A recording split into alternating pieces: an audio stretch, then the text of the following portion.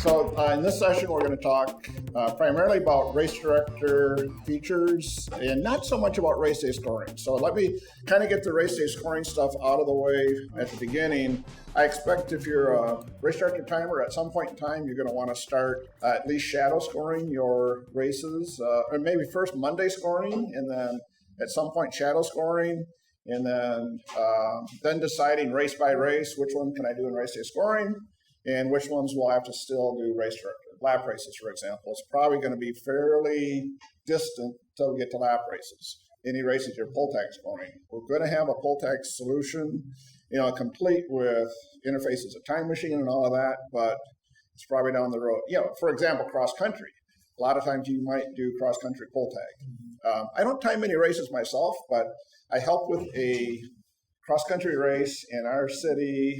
It's always the weekend after Labor Day, and it has about 800 kids, 5 races, and you would think for sure you'd need a chip system for that. We manually score that with 2 clipboards at the end of the chute, both writing down the finish list of bib numbers. We have a time machine and somebody on PC timer collecting the results at the finish chute. The first time we attempted this 4 years ago, you got those 4 sources of results. You didn't have a discrepancy on any of them. And all 5 of these races, which start like most cross-country races do, 30 minutes apart, in every single one, we were waiting for that last straggler because we were completely caught up with putting in results. So you can pull tag score big races. It's kind of a lost art, and I'm so old, I remember the days when there weren't chip systems, so I still like doing that. But pull tag scoring's a ways away for race day scoring, but it's coming. All right, so as far as race day scoring is concerned, there's 2 buttons on the file menu, new to, if you haven't noticed them before. There's the export, which is a good way to get this race you scored for years exported into a format that race day scoring can import. In a lot of your setup, age groups, sport events, top finisher categories, all of those kind of things, bib chip assignments, will all go automatically. So I expect with, timer by timer, I'll probably help you out in getting that transition going. But that's about the only thing I'm going to say right in this session about race day scoring. So my time is spent about 50-50 right now, either supporting and enhancing race director or helping with the design and testing of race day scoring. I expect that'll drift over the years, and it's going to be more and more heavily towards race day scoring. We're especially now that we're getting into some more of the background functions with reporting and so forth. I expect to be spending a lot more time getting that ready to go. So one thing that I've had a lot of attention on in the last few months is Triathlon Series. So point-based series reports, I've built a bunch of those over the years. I bet you 50 of them. And I would say with high confidence, no 2 are ever the same. But I encountered something last fall, I think it was, a request for a triathlon series that had kind of a unique feel to it. I certainly had never done anything like that. There's a lot in there about weighting different races and how you calculate the points. It's based on kind of an average time of the top 5 gender finishers. And by about the 3rd time I heard that same requirement, I said, boy, this probably needs to be a standard report in Race Director. So I'm not going to go over the details of that report. There's a number of people running it now. It's found on the miscellaneous menu, Triathlon Series report. So if you have a need for something like that, I can put you in touch with, there's 2 in the room right now, Suzanne and Renee. Both run slightly different variations of this report, and it produces something like this. Basically, you see across the top, those are all the races in the series. And this series is going to go up to how many? Our series will go to 33 events. Yeah. So massive. 32 ones in grand final. Yeah. So it does Actually, if you go down a little bit deeper, I should have generated only the top 3. You'll see that a lot of people only run one race, but like this person, it's the top 5. See if anybody has more than 5. I think there is somewhere. Yeah, this person. So in this case, it takes the best 5 of the 8 that. So Neil, he's pretty. Yeah, that's a former owner of Ron. All right. Okay. All right. So anyway, yeah. So that's all I'm going to say about that. If you have any other series that are point-based, let me know. Now, RSU has some great series reporting, but if it gets complicated enough, I can probably find one that's very similar to it, clone it, and get you up and running. Look, Roger, look at those numbers. There's some zeros in there. So 0 is if they are registered but don't start the race. Okay. So what's the other number though? Like the 8,700. Okay, so each race has a point factor based on the distance of the race and the number of participants and the quality of the field. So it's like a USAT regional championship. We identify it as a more competitive race. So we actually create those point values based on years of our racing series. So the more people in the race, the more competitive the race, the more point value. The longer the race, which is a sore spot with me, but the longer the race, the higher the point value. Because my personal opinion on that, real quick, not to take your time, Roger, is you don't compare a marathoner against a Usain Bolt runner. They're both runners, and you would never compare them the same. But USA Triathlon compares everyone the same. Yeah, there's a lot of thought behind how this works, and at first I was annoyed by it, but now I'm much more impressed by it now. So the point structure tailoring abilities that you have are more more options than what we get through RSUs. Yeah, definitely. Yeah. And there's all kinds of ways to filter the data, to exclude and include stuff. So yeah, and that's a good definition of the kind of things I'll be working on. Stuff that's so far in the future for race day scoring, it makes sense. All right. Another thing that is probably a long ways off in race day scoring is lap races, and I bumped into this one about a year ago, and I'd heard it before, and I finally did something about it. It's this long loop, short loop. So the idea is you've got 2 loops. It's a 24-hour lap race. Go around it for as long as you can. It might take, an hour to get around it, but you've also got this little loop. So at the end, when you know you can't make that final loop, you start doing the little loop. Well, in a race like that, you score it by total distance. So there's a new setting in Race Director for lap races, long short loops, and it varies by chip system. So I don't have this developed for every chip system. I know I do for MyLaps and ChronoTrack. And those were and IPICO. So those were the first 3 to request it. So if you have a different chip system, I'd have to do some minor adjustments to get that working. But the idea is you have 2 choices. Either you put 2 readers out there, one on the long loop, one on the short loop, or you have one reader doing all the loop reads and another reader on the long loop as a check map. So in this case, they use the S option, means short lap reads. Okay, so this device name Brazen 5, all the short lap reads are going to come from this device Brazen 5, and all of those will be assigned distance 0.42 miles. And every other read that comes through as a lap read that isn't Brazen 5 will be considered the long loop. And then where you see this, so the reporting on this one looks a little bit different. To show the setting where you say whether it's a check mat or not. Right, yeah. So in this case, it wasn't checkmat, but it would be the same kind of principle. Then you would need to specify how I identify checkmat reads. So when you run the report, like a detail report, you can see based on here's the distance, and all of a sudden it jumps from the. And now in this design, they could run short loops whenever they want. It really doesn't matter. What most do is they only run the short loops at the end, and you'll see that on the detail report, it's kind of hard to know, other than if you look at the total distance, 63.6 miles versus 62.76. But if you run the summary report.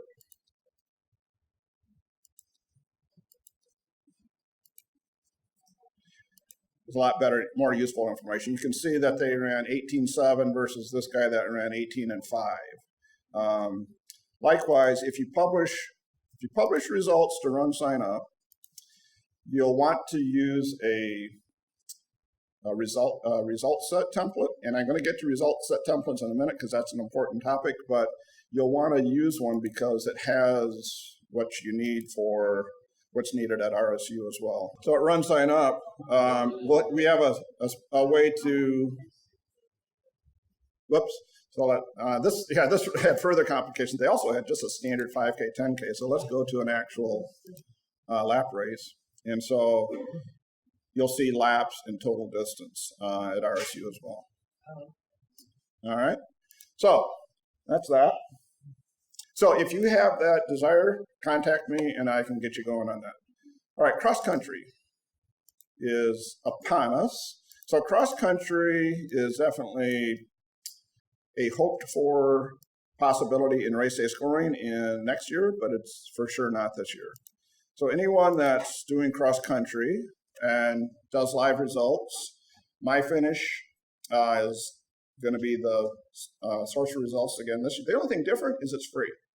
So, so if you're, I'll show you. So, okay. So for my finish, so for cross country races, my finish has been the solution for live results for many years now. The setup for my finish is pretty straightforward. This is a pretty standard looking cross country race with junior high, boys, girls, varsity, junior varsity, the whole thing. The integration with, wait a minute.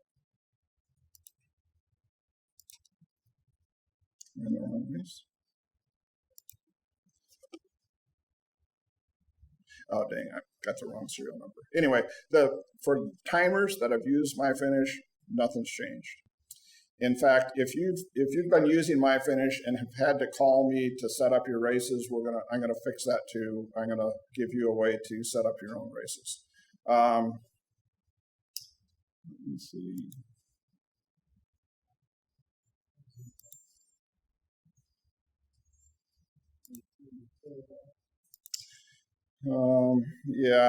I'm sorry. This one just isn't connected to my finish. I don't have an example to show you, but basically the my finish solution is on the home page for a race within a meet.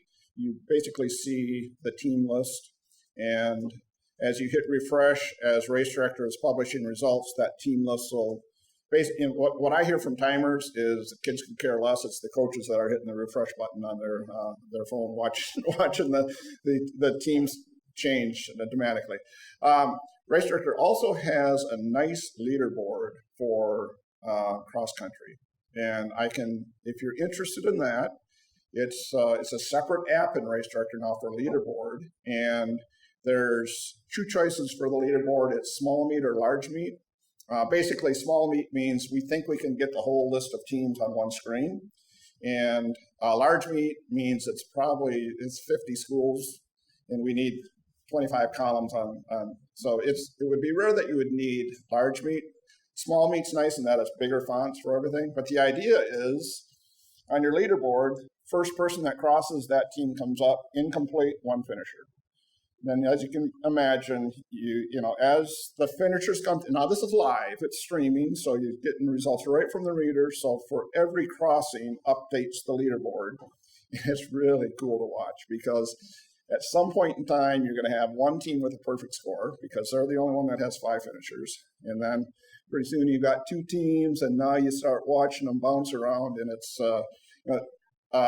but like anything that's good, it does take extra work. So you've got to have a separate PC connected to your reader and a monitor all set up for it. So it doesn't happen automatically as a part of your scoring. So you're probably going to be scoring on one computer and running the leaderboard on another one. You just said that at some point you're going to have a team with the perfect scores. That means that it's not really thinking about the actual places that. Right. It's real, and the thing the leaderboard says is preliminary results, because if you have a misread or if you have, an official that disagrees with the chip system, those can all change. But I've got a timer that uses it in every race, and he says he's never had that issue. So, it's got a good chip system that doesn't miss many reads too. But yeah, so you'll have that perfect score because there's only one team with 5 finishers. And then pretty soon there's 2 teams with 5 finishers, so it just keeps going. And then it sequences all of the incomplete teams based on the number of finishers they have. This is off of the chip read. Right off the chip read. Right, it's not. Yeah, this is through the race director announcer feed. So this is real time, read by read. Yeah. All right. So lots of complaining about college cross country, NCAA, TFRRS now requiring you to report to them DNFs. So turns out, I thought I was going to have to make changes in Race Director, but turns out Race Director has always had the ability to send DNFs through TFRRS. But right now, the best option, so the idea here, and if you don't do college cross country, bear with me. The idea here is now, as a timer, you're required to know who started but didn't finish, which is not, with cross country, there's never a start mat. So now Race Director will do the DNFs, most of the DNFs automatically for you if you have splits. So anyone with a split but no finish read will automatically get flagged in Race Director as DNF, just like it always did. So if you have splits, you're probably pretty well covered, except for, if you really want to get, exact about it, then your only issue is you got to know who dropped out before the first split. And to record a manual DNF in Race Director, that's done here, forced DNF, and you can do it like through a grid and just flag people as DNF. I'm going to have another setting when you actually do the integration with TFRRS. If Race Director senses that you're sending up a race within a meet and there's no DNFs, you're going to get a prompt saying, would you like anyone who's a non-finisher automatically flagged as DNF? I'm not sure. Yeah, then your dilemma is you got to make sure that you only have people that started the race in the division that you're timing. So, it's a tough task that they put on you, but there will be a way to do that in Race Director. So, Roger, so you could want to report and show non-finishers, and then look for start reads that don't have a finish. Well, with cross country, you're probably not collecting start reads. Yeah, that's true. Well, maybe that if you're doing college cross country, maybe you want to collect start reads. Check mat, have them walk over the check mat. Sure. Start line. Yeah. Almost like a swim, a triathlon swim. Right, like corrals. Yeah. All right. Yeah. Okay. All right. So if this topic gets hot enough, I could certainly develop something for that because that's a good idea. Yeah, I like that idea. All right. One other thing on cross country.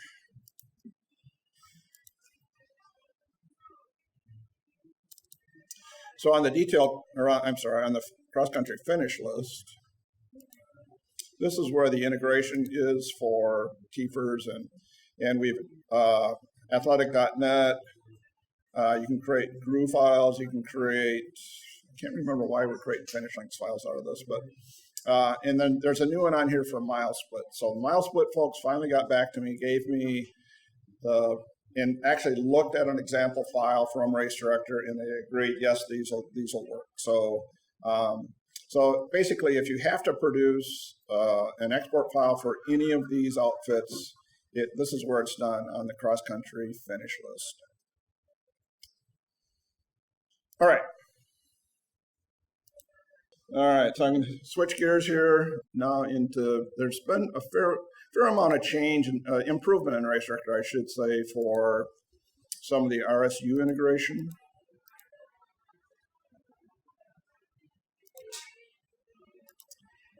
So you'll notice that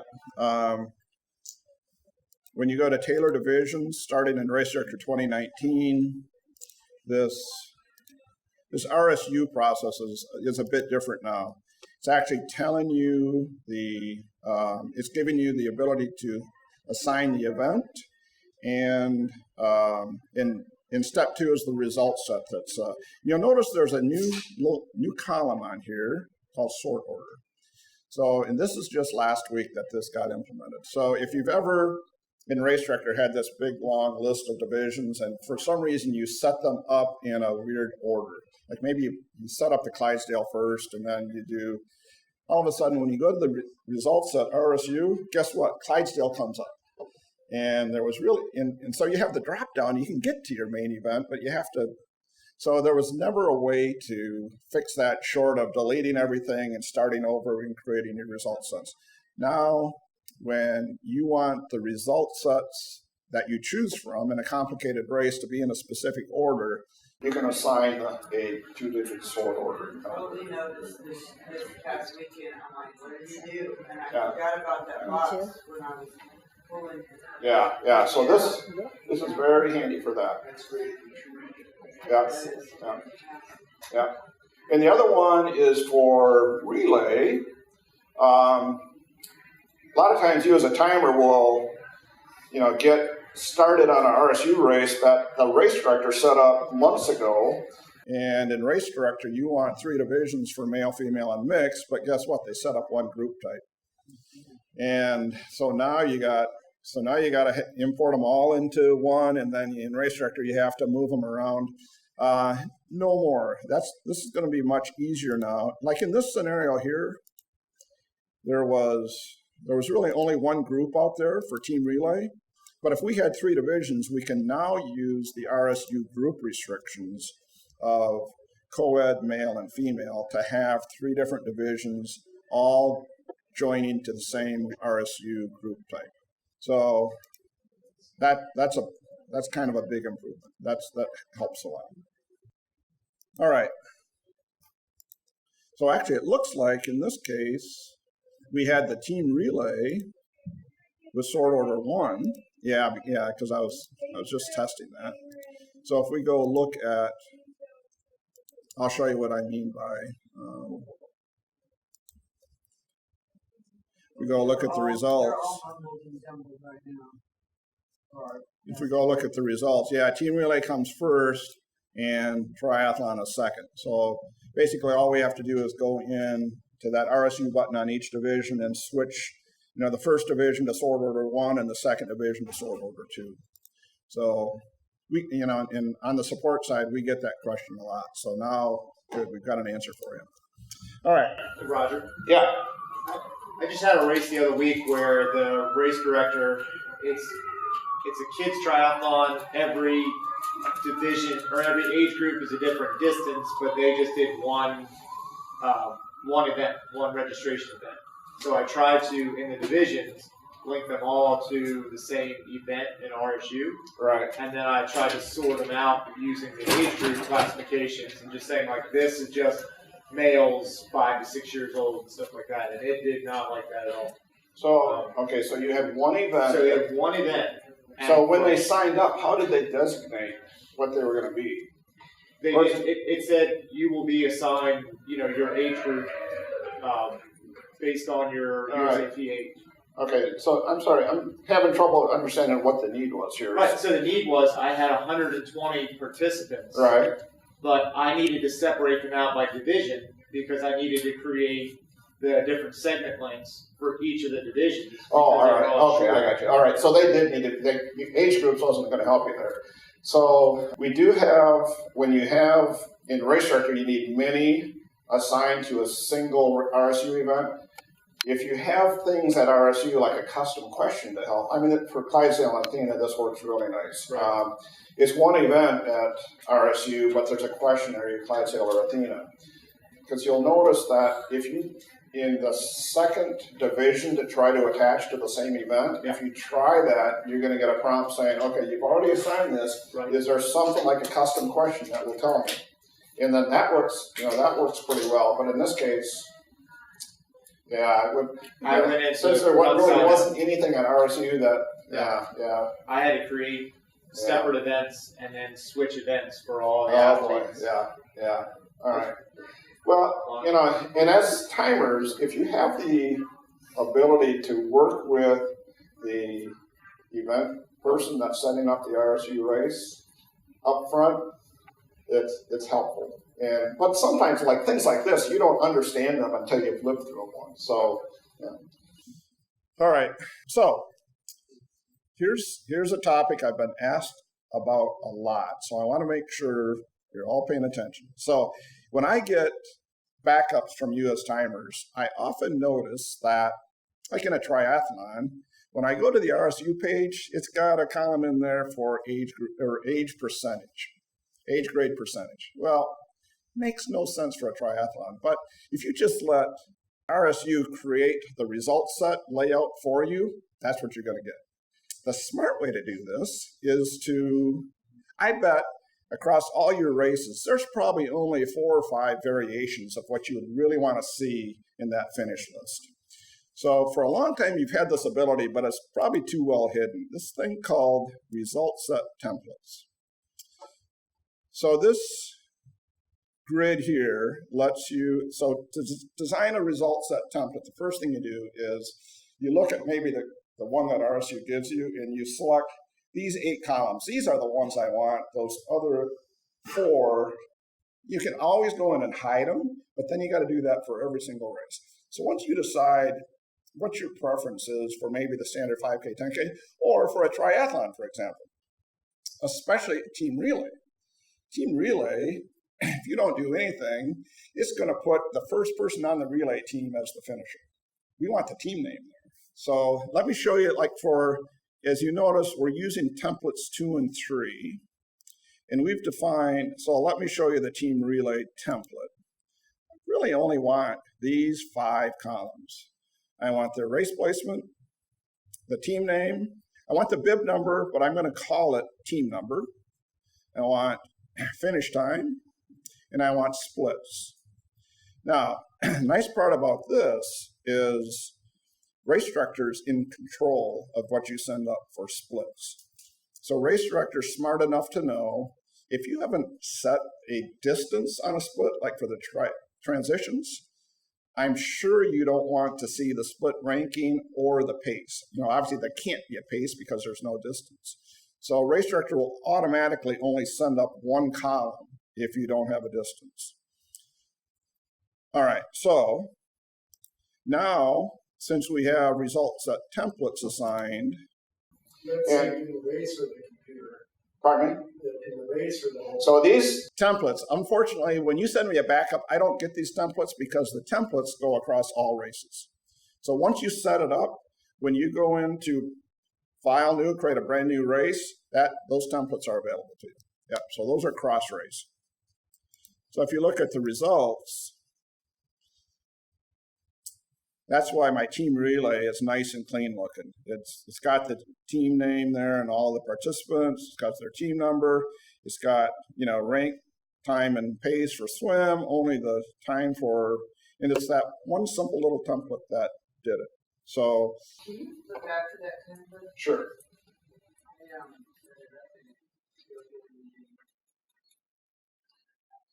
So this one was just one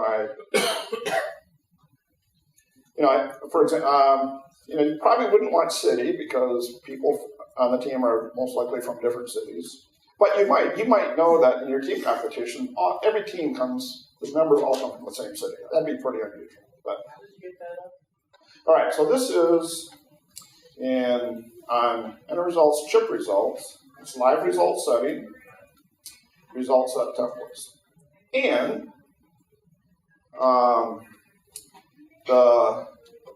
if I had the latest race director update on this computer, shame on me, you would see this tells you the sort order here too, and you can actually adjust the sort orders from this grid. So to assign a template, there's two ways.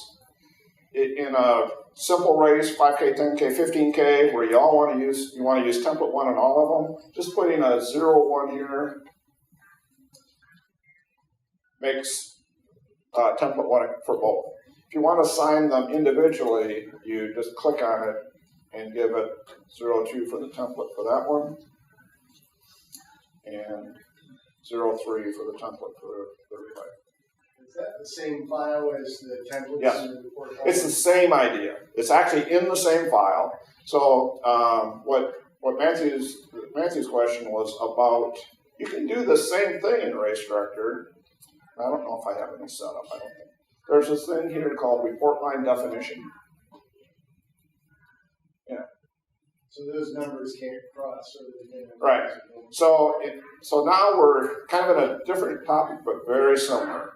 So for an HTML report, I like it this way. I want to show, you name it. I want, after overall place, I want their time in column 2. So this report line templates are found, actually applying them to a report happens when you run the report in here. So if I produce, and I don't think this is really a triathlon template, but if I produce an HTML report,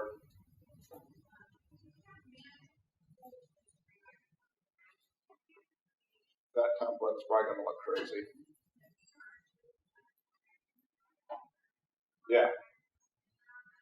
So I didn't get my normal triathlon output for the triathlon for this HTML, and that also works with scrolling. So if you, in fact, I was just helping Renee do that same thing. She wanted she likes the idea of having scrolling results, but it's too much. All of the columns for a triathlon is just too much. She just we ended up with 6 columns, right? So that's a real handy way to get exactly what you want for HTML and spreadsheet output that comes from the reports. And primarily these 2 reports. The age group report is the other one that has this template capability. Are you kidding me? Is it 3:20? Holy crap. Supposedly I'm out of time. I'll keep going until you leave, though. Because I do have, let's see. Yeah, okay, this will only take a few minutes, but actually there's some no-brainers here. It's, every year I come up with these, why didn't you do that 10 years ago? So under, I want to open a different race that shows it better. 220, where are you? Oh, one of them is some new settings here. Future races, this is in file open.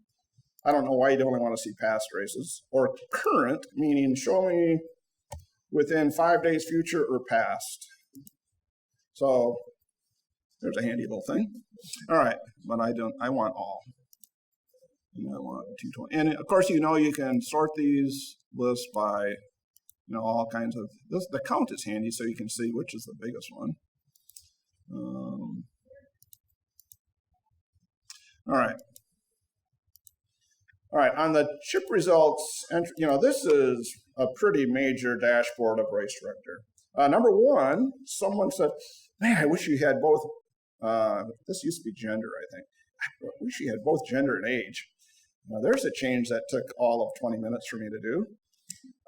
Another one is I often get how do I get this file out to the photographer that has all of the time of day on it? This is another no-brainer. So this grid you see on this screen, you can now spit it out directly to Excel. It has everything that you see on this screen in an Excel file, really handy to give to the photographer so they can see time of day of finishers and do lookups and all of that. New setting here. So the net time is basically system time minus gun time minus wave time. But if you want to see what the net time looks like with the start read thrown out, so show as net chip time. So you can toggle that back and forth. So that's basically their gun time here, and then this is their chip time. All right. Another easy to miss, but very useful. Why didn't I do this ages ago?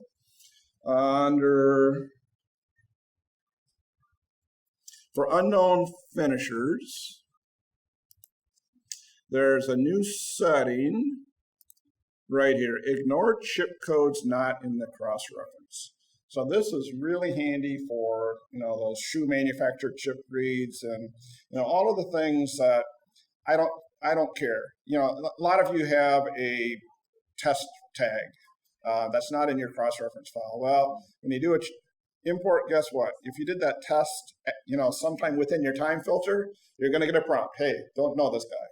So very, very useful. But I'm thinking, even in like a bib chip scenario where you don't have a cross-reference, I don't know the answer to the question, will a foreign shoe tag? Chances are this will solve that too, because it's probably not going to come through looking like a bib number. Can you show us again? Do you have to create, we're thinking, do you remember that race, the ski race we have, it's a lap race, and their ski tags get read by our equipment? Right. Actually, this works for lap races and for, it was actually a timer that was in one of those 24-hour deals dealing with a prompt for 24 hours straight, because unfortunately lap race had two problems. Number one, we didn't have the setting on, and number two, didn't realize that lap race didn't have the setting that normal chip imports does about, and ignore these all in the future.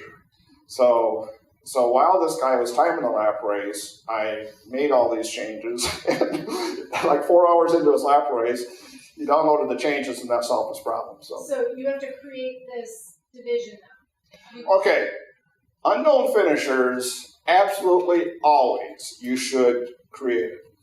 If you start up either lap results or chip results and you haven't, maybe you've just gotten used to that prompt and said, I'm going to ignore it. It should tell you, set up an unknown finishers. It saves so much time. And it's so much better to get, reads you don't know about, not in with your 5K people. Or, it kind of quarantines them into this separate division. And then you can make decisions about what to do about Are it. you referring to unknown participants? Unknown participants, yeah. Okay. Yeah, I'm sorry if I call it so. Now, in fact, this setting right here, I see a lot of timers use Division 99, which I think is an excellent example. So make these settings the default for all races. So I wouldn't want to do it this. I would want to do this for a Division 99. That way, when you go to File New and create a brand new race, Division 99 is an unknown finisher division with all these settings is going to get it set up for you automatically. So yes, I highly recommend always have an unknown finisher. How did you get there again, Roger? Pardon me? How did you get to that? How did you get to that? Okay. Screen? All right. So let's.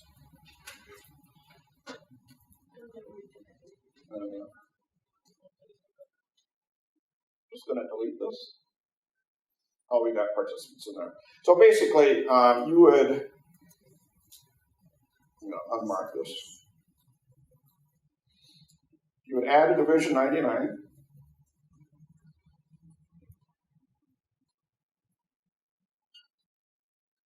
Unknown finishers.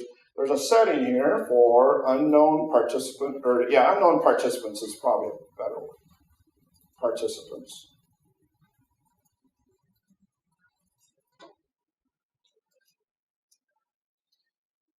And then there's a settings button here. The from bib and to bib is more applicable to some systems than other systems like iPico, where you've got these foreign-looking chip codes, and all of a sudden a chip code comes in that isn't in the chip code cross-reference. So I need a range of bib numbers because I can't, by the should code. I can't tell which bib number it should be, so give me a range of bib numbers. And so 90,000 is a good one. And so in that whole range, there's a trigger number that actually is related to pull tag scoring, but it's don't worry about that. Race director will actually fill that in for you. So once and if you make this the default, and save this. Now if I do file new,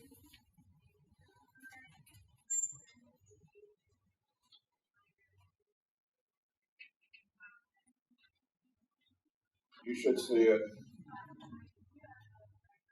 Yeah, you get a prompt actually. Yes. Oh, I answered it wrong.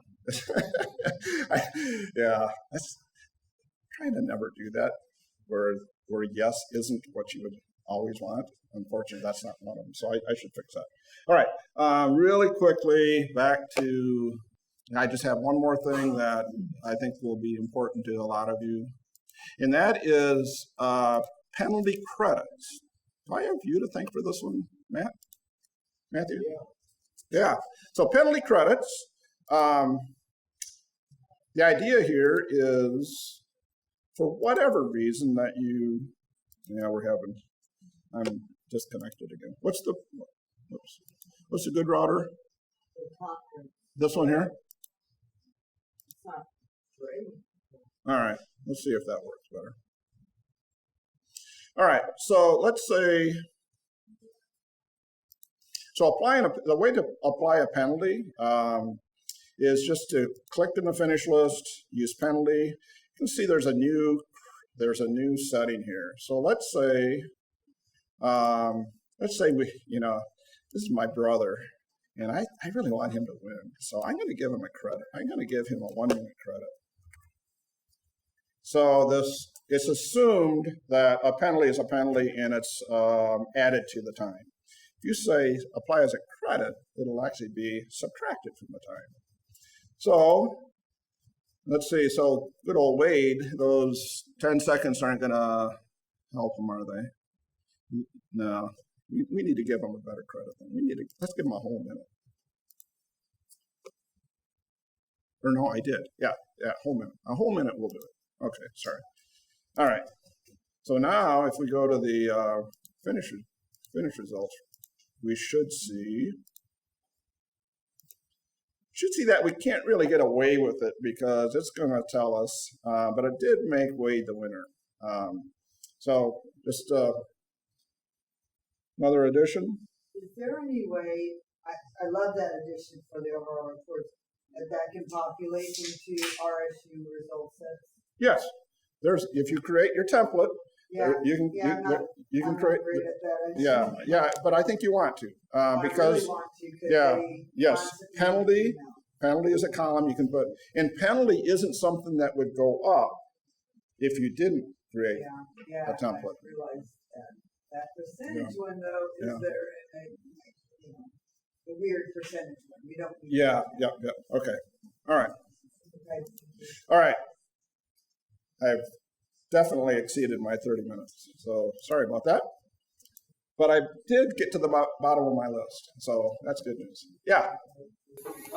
This is a topic that's starting to come up. I've had 2 or 3 races inquire about non-binary gender. Yeah. All right. So good question.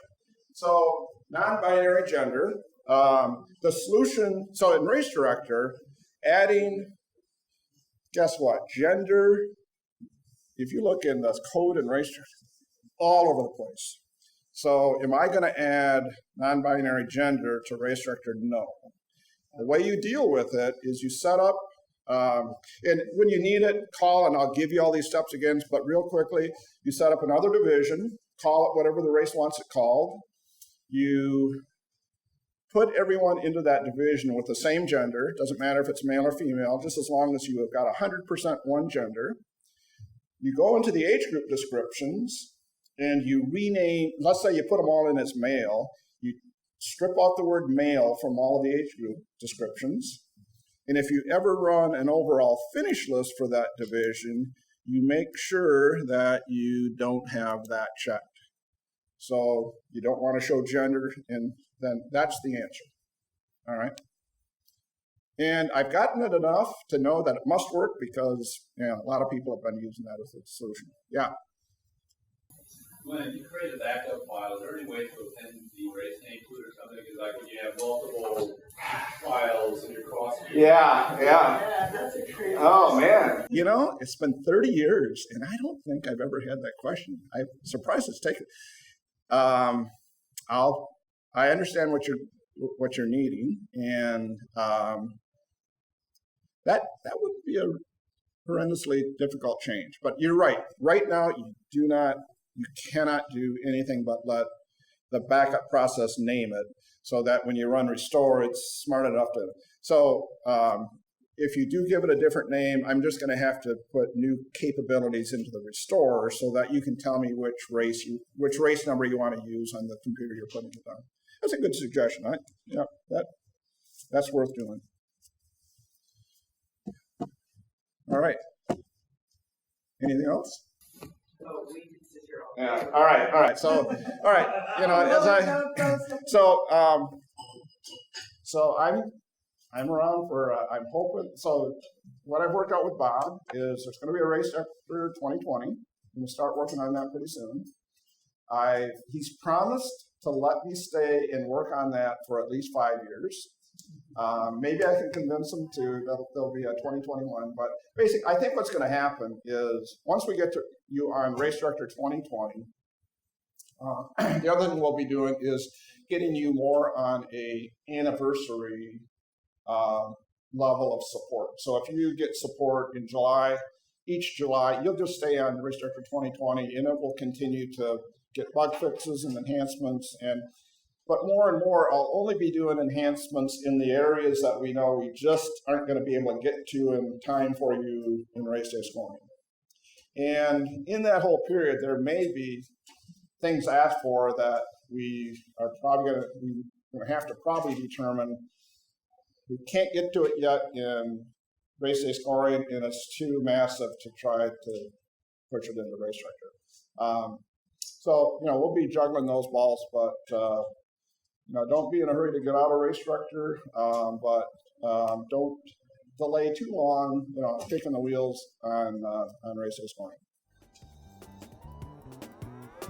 All right. Yeah. Oh, good. Yeah. All right. And don't be afraid to call me on a Saturday or Sunday morning. That's what I'm there for. All right.